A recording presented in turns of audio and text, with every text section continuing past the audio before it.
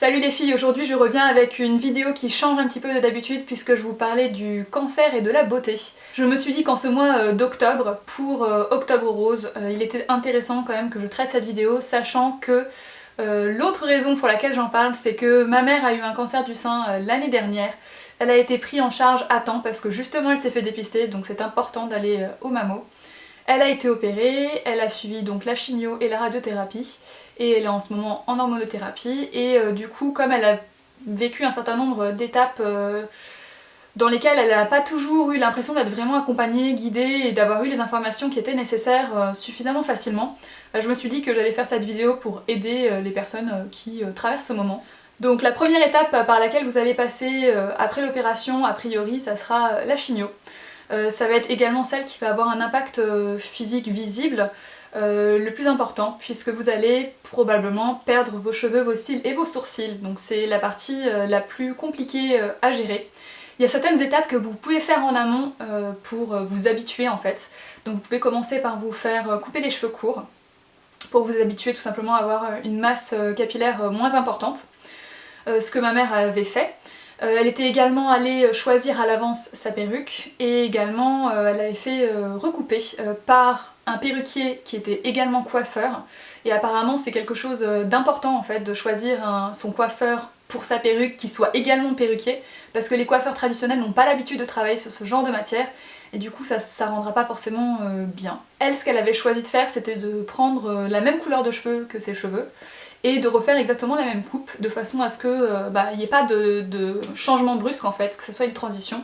Ce qui fait que pour tout vous dire, le jour où elle est revenue à la maison avec sa perruque, je m'en suis même pas rendu compte. Les perruques sont extrêmement bien faites aujourd'hui, moi vraiment je suis complètement tombée dans la panneau, je lui ai même dit ah là là qu'est-ce qu'ils sont beaux tes cheveux aujourd'hui. Donc c'est dire, donc ça l'avait bien fait rigoler, mais même si c'était pas forcément très drôle, mais voilà, donc si jamais ça vous inquiète, sachez que les perruques aujourd'hui sont de très bonne qualité et que ça peut vraiment faire complètement illusion. Ce qu'elle avait fait également, c'était qu'elle était allée, en fait, elle avait pris les devants, elle n'a pas attendu que tous ses cheveux tombent pour commencer à mettre sa perruque. Elle est allée donc chez Annie Davray, qui était son perruquier slash coiffeur perruquier, etc. Et elle a demandé à avoir le crâne tondu. Ce qu'elle a beaucoup apprécié de la part de l'organisation d'Annie Davray, c'est donc il y avait plusieurs choses. La première, la plus importante, c'est que c'était une cabine individuelle. Également, ils font en sorte de vous proposer en fait de s'occuper de vous avec un miroir caché en fait, donc vous pouvez ne rien voir de ce qui se passe. Et surtout, ils lui ont appris à plusieurs reprises à poser correctement sa perruque sans regarder dans le miroir en fait. Donc ce qu'elle avait fait également par rapport aux cils et aux sourcils à l'avance, c'était qu'elle était allée à l'atelier du sourcil, qui propose également des réductions pour les personnes justement qui sont en traitement contre le cancer. Elle était allée se faire un tatouage semi-permanent des sourcils et également de la muqueuse supérieure. Donc du coup ça permet de bien dessiner en fait la forme des sourcils et puis de garder une ombre en fait au niveau de la paupière supérieure. Alors elle a été ravie par rapport aux sourcils parce que même moi j'ai trouvé que ça faisait vraiment une différence, c'est-à-dire qu'elle avait vraiment plus de sourcils autrement. Par contre le fait d'avoir le sourcil tatoué, qui reste quand même assez naturel, ça vient vraiment structurer le visage, ça fait moins malade en fait, parce que c'est vraiment au niveau du regard que tout se joue, moi j'ai trouvé en tout cas. Pareil, la ligne supérieure des yeux, ça aussi c'est quelque chose d'important, ça permet de donner du relief, sinon ça fait très plat en fait au niveau du visage. Alors, elle l'avait fait tatouer, ça n'a pas très bien tenu par contre. Les retouches pendant la chimio sont très fortement déconseillées, voire refusées par l'atelier du sourcil. Donc ça il faut le savoir, il faut s'y prendre suffisamment longtemps à l'avance. Ça tient quand même 6 mois, donc vous avez de quoi voir venir. Les sourcils ont très bien tenu, par contre la ligne supérieure des yeux s'est très vite estompée. Ça n'a pas bien tenu. Du coup ce qu'elle a fait, c'est qu'elle a utilisé un certain nombre de produits de beauté. Donc elle a commencé par utiliser un crayon pour les yeux qui est un Une en fait. Donc elle avait utilisé le Sfumato, c'est le numéro S11, qui est un crayon tout simple marron fumé et qui s'estompe en fait très très facilement, donc il y a très peu besoin de frotter contre la peau et ça c'est aussi quelque chose d'appréciable parce que s'il faut appuyer alors que vous avez la peau qui est devenue plus sensible, c'est quand même un peu dommage. Donc elle a également utilisé des faux cils à une période, donc là ce sont des MAC qui sont vendus avec la colle Duo qui est une des meilleures colles sur le marché pour les faux cils. Elle a quand même assez vite arrêté de les utiliser parce que c'est quand même très contraignant en fait comme utilisation. Ça reste quand même une bonne option si vous avez une soirée, une sortie au resto et que vous voulez vraiment sortir le grand jeu. Ensuite pour les sourcils, ce qu'elle a utilisé donc une fois que ses sourcils étaient tombés, c'était des crayons et des poudres que je n'ai pas retrouvé en fait dans ses affaires, je sais pas si elle les a jetés ou pas. Donc moi je vais vous montrer un crayon que moi j'ai et que j'utilise pour mes sourcils et que vous pourrez également utiliser. C'est un crayon de chez MAC qui est un crayon à pointe très très fine. Pourquoi est-ce que je vous conseille une pointe fine plutôt que large? Parce qu'avec ça vous pouvez plus simuler en fait les poils. Vous pouvez vraiment les tracer. Et c'est ça qui va faire le vrai changement au niveau du résultat. Pour les ongles, on lui avait prescrit de l'Evonel, qui est en fait un liquide vraiment soin. C'est vraiment complètement liquide, ça n'a pas du tout une texture vernie. Par contre ça s'applique exactement pareil. C'était à mettre tous les jours sous le vernis, donc 1 à 2 couches si vous avez le temps. Ça permet vraiment en fait de protéger et de renforcer l'ongle de façon à ce qu'il ne devienne pas tout mou, voire qu'il ne tombe pas si jamais vous avez un traitement à base de taxotere. Ce qu'elle a également utilisé c'était le Ecrinal, donc c'est une base pour les vernis, donc qu'elle mettait après l'Evonel. Et ensuite on vous demande en général de porter des vernis foncés. Donc nous, histoire de rajouter une couche, on s'était renseigné et puis on avait vu que les vernis qui sont à base de silicium sont meilleurs entre guillemets pour l'ongle parce que ça permet de les renforcer encore un peu plus. Et eux, ce qu'ils conseillaient également, c'était des vernis plutôt foncés. Donc au début, elle mettait vraiment du foncé, donc comme celui-ci par exemple, c'est un La Roche-Posay, c'est de la gamme silicium justement. Vernis fortifiant, protecteur et hypoallergénique. Lui, c'est le numéro 16, il s'appelle Framboise, qui est quand même très très sombre.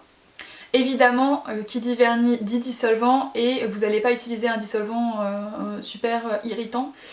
Elle, celui qu'elle a trouvé, c'est un Dermaclay dissolvant soin, renforce et protège les ongles, 100% naturel, sans acétone et bio. Lui en fait il est entièrement à base de plantes. Alors du coup forcément c'est un peu moins efficace qu'un dissolvant traditionnel. En revanche c'est également beaucoup moins agressif. Il y a un certain nombre de règles à suivre par rapport au vernis que vous allez appliquer. C'est qu'il faut déjà qu'il soit très foncé normalement, jamais nacré ou pailleté, toujours opaque et surtout qu'il ne soit jamais écaillé. Donc dès que ça commence à s'écailler vous le retirez et vous remettez en fait tout depuis le début. Donc n'hésitez pas à partager en fait les moments de manucure, pédicure avec les membres de votre famille parce que c'est toujours plus agréable que d'être tout seul et de le vivre vraiment comme un traitement. Par rapport aux soins du corps pendant les traitements type chimio et radio, il y a 2-3 choses dont je souhaite vous parler. Déjà la première chose c'est si vous voulez continuer à utiliser un déodorant, surtout passer un déodorant type Pierre d'Alain. Donc comme celui-ci qui est le Déo Roche que vous trouvez en magasin bio, qui est une vraie pierre en fait d'Alain. Vous la poussez, vous l'humidifiez, vous la passez sous vos aisselles. Donc utilisez déjà ce genre de déodorant. Vous allez avoir la peau qui va être forcément desséchée parce que ce sont des traitements agressifs. Ma mère, ce qu'elle utilisait pour le nettoyage du corps et également du coup du crâne, puisque vous n'avez plus de cheveux, c'était le Lipicard de La Roche-Posay qui est fini, donc je n'en ai pas à vous montrer. Ensuite, ce qu'on lui avait prescrit également, c'est cette crème là, c'est Dexeril. Donc c'est une crème, c'est un énorme tube de 250 grammes qu'elle appliquait sur tout son corps après chaque lavage. C'est extrêmement hydratant et ça protège bien en fait la peau de la déshydratation également. D'un point de vue sportif, parce que ça aussi c'est du bien-être, elle avait conservé une activité physique, elle faisait de l'aquabiking pour plusieurs raisons. Déjà parce que le fait d'être dans l'eau c'était quand même beaucoup moins douloureux au niveau articulaire. En plus de ça parce que l'eau elle faisait en sorte qu'elle soit bien fraîche, donc c'était un moment rafraîchissant, ça lui faisait du bien. Faites bien attention à pas démarrer avec une température supérieure à 23-24 degrés maximum parce qu'en fait votre corps après pendant l'effort va réchauffer l'eau et vous finissez par avoir vraiment très très chaud. Même moi j'avais commencé à 24 ou 25 et à la fin j'avais vraiment très chaud. Ensuite évidemment de faire du sport dans l'eau ça masse beaucoup, donc ça permet de drainer et ça c'était autre chose qui était vraiment agréable pour elle. Donc on a globalement parlé de ce qui se passe pendant la chimio, des conséquences sur l'esthétique de la personne. Je vais vous parler maintenant un petit peu de ce qui se passe après. Alors normalement, environ 3 mois après la fin de vos traitements, vos cheveux vont commencer à repousser. Donc là ça va être le moment de vous chouchouter à mort pour encourager tout ça. Donc ce que ma mère elle faisait, c'est qu'elle appliquait de l'huile de ricin sur tout son cuir chevelu en massant bien. Donc ça se présente sous des petits flacons comme celui-là. Lui c'est un Melvita et il est bio. Elle en appliquait également sur ses sourcils et sur ses cils, mais il y a d'autres produits que je vais vous montrer qui sont encore plus efficaces parce que ciblés exprès. L'huile de ricin c'est vraiment la solution facile, bon marché et facile à trouver. Le tout c'est de le faire de façon très régulière, donc elle tous les jours elle le faisait, elle se massait bien le cuir chevelu, ça rendait les cheveux plus brillants, plus forts, ils ont poussé plus vite, ça a bien réhydraté son crâne, pareil pour les sourcils et les cils. C'était d'autant plus flagrant sur elle parce qu'on partait de rien entre guillemets. Moi-même je l'ai fait et même sur moi j'ai vu la différence, donc si vous n'avez pas de traitement particulier mais que vous voulez améliorer la pousse de vos cheveux, bah, ça marche aussi. Pareil pour les sourcils et les cils. Par rapport aux colorations, normalement vous ne pouvez pas faire de vraies colorations pendant les 6 mois qui vont suivre la fin de votre chimio. Donc ce que ma mère avait choisi de faire, c'était de partir sur des colorations, des teintures à base de plantes. Donc elle a essayé une marque qui s'appelle Ivea, et en fait ma mère se colore les cheveux de façon assez foncée, et ça n'avait pas du tout pris correctement en fait. Ça a très vite dégorgé et en fait elle s'est retrouvée rousse, ce qui n'était pas du tout sa couleur désirée on va dire. Donc du coup elle a changé de coloration, elle a pris du Martin Mahé, qui se trouve assez facilement en magasin bio également, donc châtain foncé et noir, numéro 1 et numéro 2. Ce sont des colorations qui sont complètement à base de plantes, qui sont hyper faciles à appliquer, vous le mettez vraiment un peu à l'arrache, vous le laissez par contre poser longtemps, elle le laissait poser 2 heures, de façon à ce que ça prenne vraiment bien. Et puis ensuite on rince simplement à l'eau claire, pas de shampoing. Alors forcément vu que ce sont des teintures à base de plantes, ça dégorge un petit peu à chaque shampoing. Si vous voulez faire tenir plus longtemps, vous pouvez éventuellement faire un henné neutre, donc acheter le bio en magasin bio, parce que ça sera toujours de la meilleure qualité, et puis donc ça permet de gainer vos cheveux et de faire en sorte que la couleur dégorge moins vite. Par rapport au shampoing, pareil, elle a arrêté les shampoings avec des silicones, des parabènes, du sulfate, etc. Et elle s'est rangée sur les shampoings plus naturels possibles. Par rapport à tout ça, je vous mettrai le lien en barre d'infos vers ma vidéo sur ce que je fais pour mes cheveux, puisque je n'utilise pas de silicone, pas de sulfate, enfin voilà, tous ces produits là, je les ai déjà retirés de mes shampoings, donc vous aurez des propositions en barre d'infos voilà, de produits. L'avantage des teintures aux plantes, c'est que vous n'avez pas besoin d'attendre entre 2 colorations. Si vous voulez refaire au bout de 2 semaines vos racines parce que vous avez vraiment les cheveux très blancs, bah, vous pouvez, il n'y a aucun problème. Vous pouvez faire juste les petits cheveux qui sont ici parce que c'est ceux qui sont assez visibles. Vous faites vraiment comme vous voulez, c'est pas du tout agressif. Il n'y a aucun problème à l'utiliser. Normalement, donc comme je vous l'ai dit, vos cils et vos sourcils vont également repousser. Donc les 2 produits qu'elle a utilisés pour booster la pousse de ses cils et de ses sourcils sont ces 2 produits là. Le Revita Lash, qui est un produit type liner mais transparent, que vous appliquez au niveau de votre ras de cils supérieur et inférieur sans en mettre dans l'œil évidemment.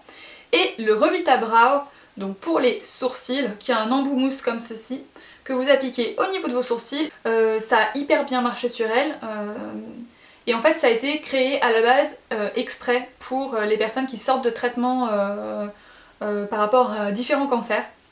Donc c'est pensé pour, c'est pas agressif et ça marche vraiment très bien. Ce genre de produit là se trouve de plus en plus facilement. Le site que moi je vous recommande et par lequel ma mère était passée, c'était Oncovia, qui est un site spécialisé qui revend plein de produits qui sont par rapport au traitement justement. Sur Oncovia, le service est vraiment de qualité, elle avait reçu hyper rapidement les produits. C'était très bien emballé dans du papier de soie rose, c'était vraiment joliment présenté, ça donnait envie en fait de les utiliser.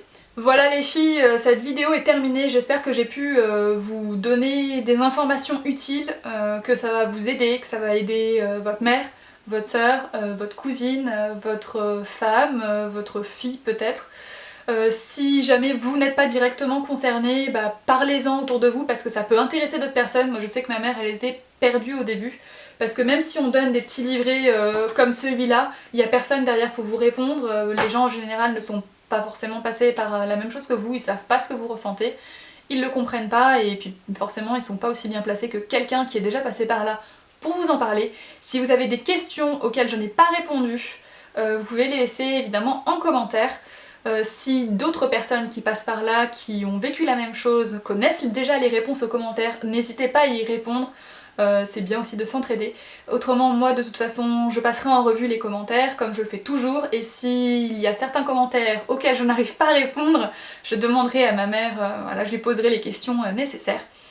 Je vous souhaite du courage, de la force et surtout de bien prendre soin de vous. Si vous êtes malade, n'hésitez pas à en parler avec votre famille, c'est important. Un cancer, c'est terrible parce que ça touche la personne, mais ça touche énormément tout son entourage également. C'est vraiment important d'en parler. Même moi, rien que d'avoir fait cette vidéo, c'était pas facile.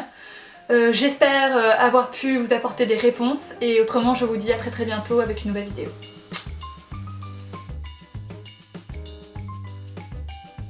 En gros, ce que je vais faire, c'est que je vais vous parler des produits que j'ai utilisés pour me préparer. Donc il y a cheveux, soins et maquillage, plus vernis, et donc après mon favori série télé. En fait, j'en ai pas, parce que j'ai pas eu le temps, voilà. Donc vous savez vraiment, si vous me connaissez, étant donné que je suis censée mettre qu'un seul favori série télé par mois et que j'en mets toujours entre 2 et 3, vous savez que s'il y en a aucun ce mois-ci, c'est juste que j'ai vraiment pas eu le temps. Donc vous comprenez mieux.